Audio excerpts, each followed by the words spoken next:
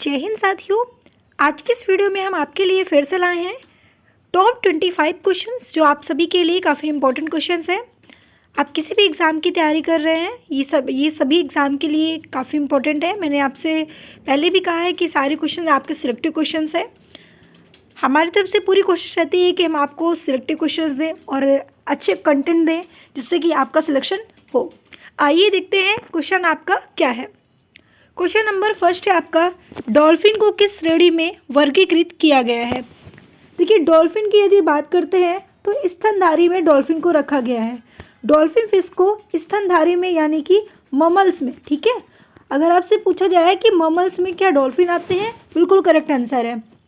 Dolphin fish और whale fish को ममल्स में रखा गया है, याद रखेंगे। बाकी के जो फिशेस होते हैं, नॉर्मल फिशेस की बात करें तो उन्हें ममल्स में नहीं रखा गया, लेकिन डॉल्फिन और एक आपका होता है व्हेल फिश, ये ममल्स के अंतर्गत आते हैं। उभयचर का मतलब क्या होता है, जो एम्फीबियंस होते हैं। एम्फीबियंस का मतलब जो जल में भी रहते हैं और स्थल में भी रहते हैं, उसे एम्फीबियंस कहते हैं। चलिए आइए थर्ड नेक्स्ट क्वेश्चन पे। शिव समुद्रम जलप्रपात किस नदी पर स्थित है। देखिए, शिव समुद्रम जलप्रपात नदी की यदि बात करें तो गोदावरी नदी पर ये स्थित है, इसलिए राइट आंसर ऑप्शन सी है। क्वेश्चन नंबर थर्ड, भारत का शांति पुरुष किसे कहा जाता है। देखिए, भारत का शांति पुरुष लाल बहादुर शास्त्री को कहते हैं, ठीक है। इस तरह के क्वेश्चन अक्सर एग्जाम में पूछे जाते हैं तो इस तरह के क्वेश्चन आपको थोड़ा सा याद रखना है। मैंने आपको बहुत सारे क्वेश्चन बताए हैं। भारत का शांति पुरुष लाल बहादुर शास्त्री को कहते हैं। नेक्स्ट क्वेश्चन है आपका, प्रकाश संश्लेषण की दर किस रंग में सबसे कम होती है। देखिए, प्रकाश संश्लेषण को इंग्लिश में बोलते हैं फोटोसिंथेसिस। फोटोसिंथेसिस की जो दर होती है वो किस रंग में सबसे कम होती है। तो आपको बताना है बैगनी रंग में, और सबसे अधिक किस में होती है तो लाल रंग में, इसलिए राइट आंसर ऑप्शन क्या होगा, बी होगा। गुणसूत्र में पाए जाने वाले आनुवांशिक पदार्थ को क्या कहते हैं। देखिए, जो गुणसूत्र होता है, गुणसूत्र में एक आनुवांशिक पदार्थ पाया जाता है।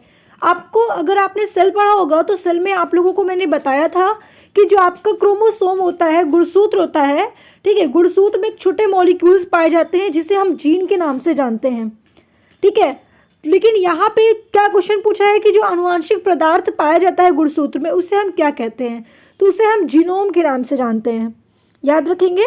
5 का आपको ऑप्शन क्या है, डी बिल्कुल करेक्ट है, जीनोम। गुणसूत्र की खोज किसने की थी, स्टार्चबर्गर ने। गुणसूत्र की खोज स्टार्चबर्गर ने की थी, और इसका नामकरण किसने किया था, तो वर्ल्डेयर नामक एक वैज्ञानिक थे, ठीक है। किसने किया था भाई, वर्ल्डेयर नामक वैज्ञानिक ने इसका नाम दिया था, और स्टार्चबर्गर ने गुणसूत्र की खोज की थी। मनुष्य के शरीर में गुणसूत्र की जो संख्या होती है वो 46 होती है। गुणसूत्र को इंग्लिश में क्रोमोसोम के नाम से जाना जाता है। और हमारे शरीर में गुणसूत्र का काम क्या होता है, तो आपको बताना है क्रोमोसोम का काम होता है जेंडर डिसाइड करने का, ठीक है। ये जेंडर डिसाइड करने का काम करते हैं कि आपको फीमेल बनाना है या मेल बनाना है, ठीक है। तो गुणसूत्र का काम क्या होता है, जेंडर डिसाइड करने का। और यहाँ पे जो जीन दिया हुआ है ना, इसका काम होता है कैरेक्टर डिसाइड करने का। ये आपकी बॉडी में कैरेक्टर डिसाइड करता है कि आपके अंदर मदर्स के कैरेक्टर डालने हैं या फादर्स के कैरेक्टर डालने हैं या किसी अननोन पर्सन के कैरेक्टर डालने हैं, मीन्स कि जो आपके फैमिली मेम्बर्स हों, ठीक है। क्वेश्चन नंबर 6, देश का पहला कन्या सैनिक स्कूल किस राज्य में खोला गया है। तो आपका राइट आंसर है उत्तर प्रदेश में। उत्तर प्रदेश में पहला कन्या सैनिक स्कूल खोला गया है। क्वेश्चन नंबर 7, निम्न में से किस पदार्थ को जंतु स्टार्च कहा जाता है। देखिए, ऐसे कौन से पदार्थ हैं जिन्हें हम जंतु स्टार्च कहते हैं, तो आपका राइट आंसर क्या है, ग्लाइकोजन। ग्लाइकोजन को हम जंतु स्टार्च के नाम से जानते हैं। सेलुलोज क्या होता है, सेलुलोज जैसे कि आपने पढ़ा होगा पादप कोशिका, है ना, पादप कोशिका। तो पादप कोशिका में जो उसकी कवरिंग होती है वो किससे मिलकर बनती है, कोशिका भित्ति से मिलकर बनती है। किससे मिलकर भाई, कोशिका भित्ति से। तो जो कोशिका भित्ति होती है वो सेलुलोज की बनी होती है, ठीक है। और शैवाल की कोशिका भित्ति किसकी बनी होती है? सेलुलोज की बनी होती है। कवक की, तो आपको बताना है कवक की जो कोशिका भित्ति होती है वो काइटिन की बनी होती है। और अगर हम बात करें बैक्टीरिया की, तो बैक्टीरिया की आपको कमेंट करके बताना है कि बैक्टीरिया की कोशिका भित्ति किसकी बनी होती है, इसमें कोशिका भित्ति होती है या नहीं होती है, कमेंट करके जरूर बताइएगा। नेक्स्ट क्वेश्चन आते हैं 8 नंबर। मनुष्य के प्रत्येक वृक्क में नेफ्रॉन की संख्या क्या होती है? देखिए, मनुष्य में प्रत्येक वृक्क में, यहाँ पे नेफ्रॉन पूछा है। नेफ्रॉन क्या होता है? तो आपको बताना है वृक्क को इंग्लिश में क्या कहते हैं? किडनी कहते हैं। यानी कि आपके किडनी में एक सेल पाई जाती है जिस सेल का नाम क्या होता है? नेफ्रॉन होता है। याद रखिएगा, आपका एक क्वेश्चन ये बन गया कि किडनी में कौन सी कोशिका पाई जाती है? नेफ्रॉन कोशिका पाई जाती है। नेफ्रॉन कोशिका कितनी होती है, आपसे क्वेश्चन ये पूछा है। तो आपको बताना है 1 मिलियन नेफ्रॉन होता है, ब्लड को फिल्टर करने में हेल्प करता है आपका किडनी, ठीक है। और ये नेफ्रॉन कोशिका ही आपके ब्लड को फिल्टर करती है, ठीक है। और उसके अलावा आपको याद रखना है किडनी का अध्ययन कहाँ पे करते हैं? तो नेफ्रोलॉजी में करते हैं। नेफ्रॉन से टर्म बना क्या? नेफ्रोलॉजी। तो किडनी का अध्ययन नेफ्रोलॉजी। किडनी में कौन सी सेल होती है? नेफ्रॉन सेल होती है। याद रखना है आप लोगों को। नेक्स्ट क्वेश्चन है आपका, सिट्रिक अम्ल मुक्त रूप में किस में होता है? देखिए, सिट्रिक अम्ल नाम से पता चल रहा है कि खट्टा होता है, तो दूध का तो कोई ऑप्शन ही नहीं होता, दूध में तो ये पाई नहीं जा सकता। नमक में भी कोई अम्ल नहीं पाया जाता, इनमें से कोई नहीं है, ये भी हो नहीं सकता। तो बचा क्या है आपका? लेमन यानी कि नींबू। तो सिट्रिक अम्ल किस में पाया जाता है? नींबू में पाया जाता है। याद रखिएगा, ठीक है, काफ़ी इंपॉर्टेंट क्वेश्चन है। नमक का रासायनिक नाम क्या है? तो बोलना है कि सोडियम क्लोराइड इसका रासायनिक नाम है, जिसे NaCl के नाम से हम जानते हैं। दूध में कौन सी प्रोटीन पाई जाती है? आप कमेंट करके मुझे जरूर बताइएगा। क्वेश्चन नंबर 10, निम्नलिखित में से कौन सी फसल मृदा को नाइट्रोजन से भरपूर कर देती है?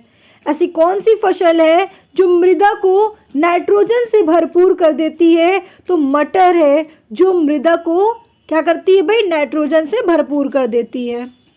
क्वेश्चन नंबर नेक्स्ट, खसरा किस संक्रमण के कारण होता है? देखिए, खसरा एक रोग है और ये किसके कारण होता है, आपसे ये पूछा है। तो आपको बताना है विषाणु के द्वारा खसरा होता है, ठीक है।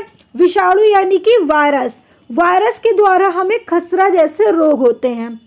वायरस का अध्ययन कहाँ पे किया जाता है? तो वायरोलॉजी में करते हैं। वायरस की खोज किसने की थी? तो आपको बताना है इवानोवस्की, ठीक है। इवानोवस्की ने वायरस की खोज की थी।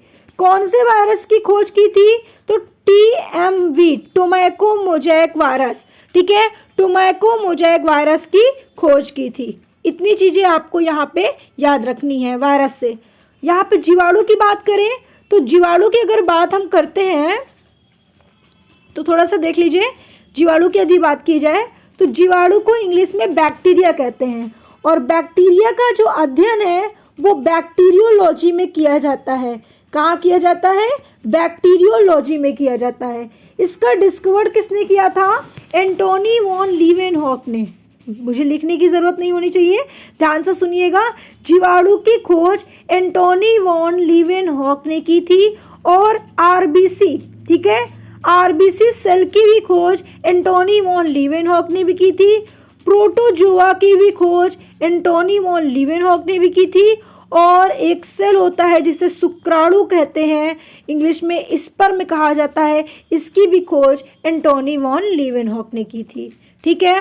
याद रखेंगे आप लोग। शैवाल का अध्ययन कहाँ पे करते हैं? तो शैवाल का अध्ययन फाइकोलॉजी में किया जाता है।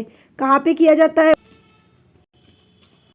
क्वेश्चन नंबर 12 पे आते हैं, निम्न में से कौन सा रोग वायरस से होता है? देखिए, वायरस से होने वाले रोग इन्फ्लुएंजा है। TB, डिप्थीरिया, ये सारे रोग वायरस रोग नहीं है, ठीक है। तो आपका राइट आंसर ऑप्शन C होगा। क्वेश्चन नंबर 13, मनुष्य के मस्तिष्क की सबसे बाहरी झिल्ली इनमें से कौन सी है? देखिए मनुष्य की जो सबसे बाहरी झिल्ली होती है उसे हम क्या कहते हैं, ड्यूरामीटर कहते हैं, इसलिए राइट आंसर भी ऑप्शन बी होगा। अब देखिए यहाँ पे आपको थोड़ा सा ध्यान देना है कि जो हमारा ब्रेन होता है, ब्रेन की जो मेन कवरिंग होती है उसको मेनिंजेस के नाम से जाना जाता है। ब्रेन की कवरिंग को मेनिंजेस कहते हैं। अब जब ये मेनिंजेस होते हैं, मेनिंजेस के 3 लेयर होती हैं, जिसमें से एक लेयर का नाम होता है ड्यूरामीटर, दूसरा होता है एरेक्नॉइड, तीसरा होता है पियामीटर। तो सबसे जो पहली वाली लेयर होती है उसे ड्यूरामीटर कहते हैं, इसलिए राइट आंसर इसका क्या होगा, ड्यूरामीटर होगा। ठीक है, अब यहाँ पे पूछा गया है, यहाँ पे एक वर्ड दिया है ब्रेन, तो ब्रेन से कुछ चीज़ें जान लो आप लोग। जैसे कि ब्रेन की यदि हम बात करते हैं तो ब्रेन का अध्ययन, मतलब कि ब्रेन का अध्ययन कहाँ करते हैं, तो न्यूरोलॉजी में किया जाता है। न्यूरोलॉजी में भाई क्यों करते हैं ब्रेन का अध्ययन, क्योंकि न्यूरॉन सेल्स पाई जाती है। ब्रेन में कौन सी सेल्स पाई जाती है, न्यूरॉन सेल्स पाई जाती है।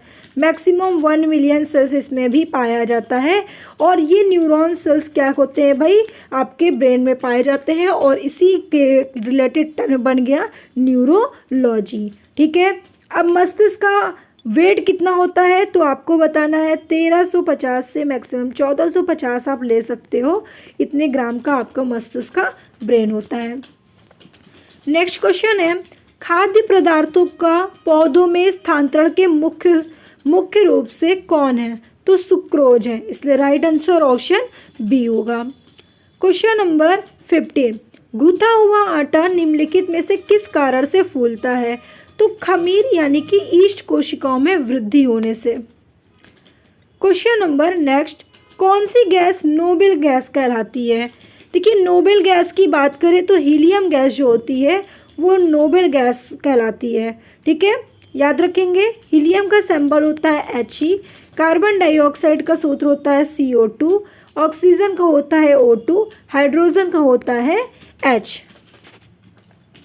इलेक्ट्रॉन त्यागने की प्रवृत्ति को क्या कहते हैं। देखिए इलेक्ट्रॉन त्यागने की प्रवृत्ति को ऑक्सीकरण कहा जाता है। ठीक है, याद रखना है आप लोगों को ये चीज़ें।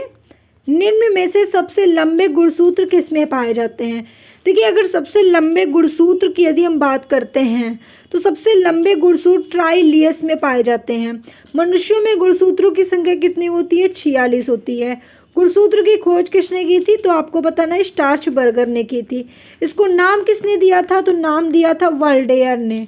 ठीक है, स्टार्चबर्गर ने इसकी खोज की थी और वाल्डेयर नामक वैज्ञानिक ने गुणसूत्र टर्म दिया था।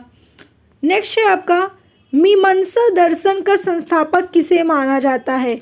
मीमांसा दर्शन का संस्थापक किसे माना जाता है, तो आपको बताना है जैमिनी को माना जाता है। क्वेश्चन नंबर नेक्स्ट, भारत की पहली आयरन स्टील कंपनी कहाँ स्थित है।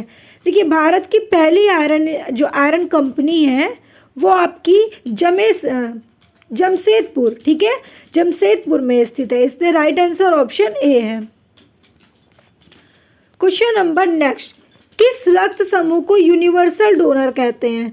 तो भाई वही समूह हो सकता है जिसके पास क्या होता है, एंटीबॉडी भी नहीं होती है लेकिन एंटीजन दोनों होता है, इसलिए इसको क्या कहते हैं, रक्त समूह का यूनिवर्सल डोनर कहते हैं। अंतर्राष्ट्रीय तिथि रेखा किस महासागर से होकर गुजरती है। अंतर्राष्ट्रीय तिथि रेखा किस महासागर से होकर गुजरती है, तो प्रशांत महासागर से होकर गुजरती है, इसलिए राइट आंसर ऑप्शन क्या होगा, ए होगा। क्वेश्चन नंबर नेक्स्ट, भारत निर्वाचन आयोग ने अगस्त 2023 में नेशनल आइकन किसे बनाया है, तो आपका राइट आंसर है ऑप्शन सी, सचिन तेंदुलकर को।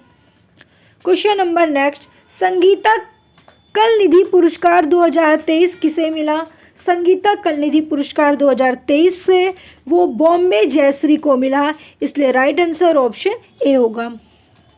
नेक्स्ट एंड लास्ट क्वेश्चन है आपका, और शायद आपके लिए ही क्वेश्चन ये है कि धूम कोहरा मतलब फॉग किसके संयोजन से बनता है। आप सभी को कमेंट करके बताना है कि इसका राइट आंसर क्या है। मैं आपको थोड़ा सा हिंट दूंगी, अग्नि और जल, धुआं और कोहरा, इन दोनों में से एक आंसर है। कमेंट करके मुझे ज़रूर बताइएगा। वीडियो अच्छी लगी तो वीडियो को लाइक करके शेयर करिए।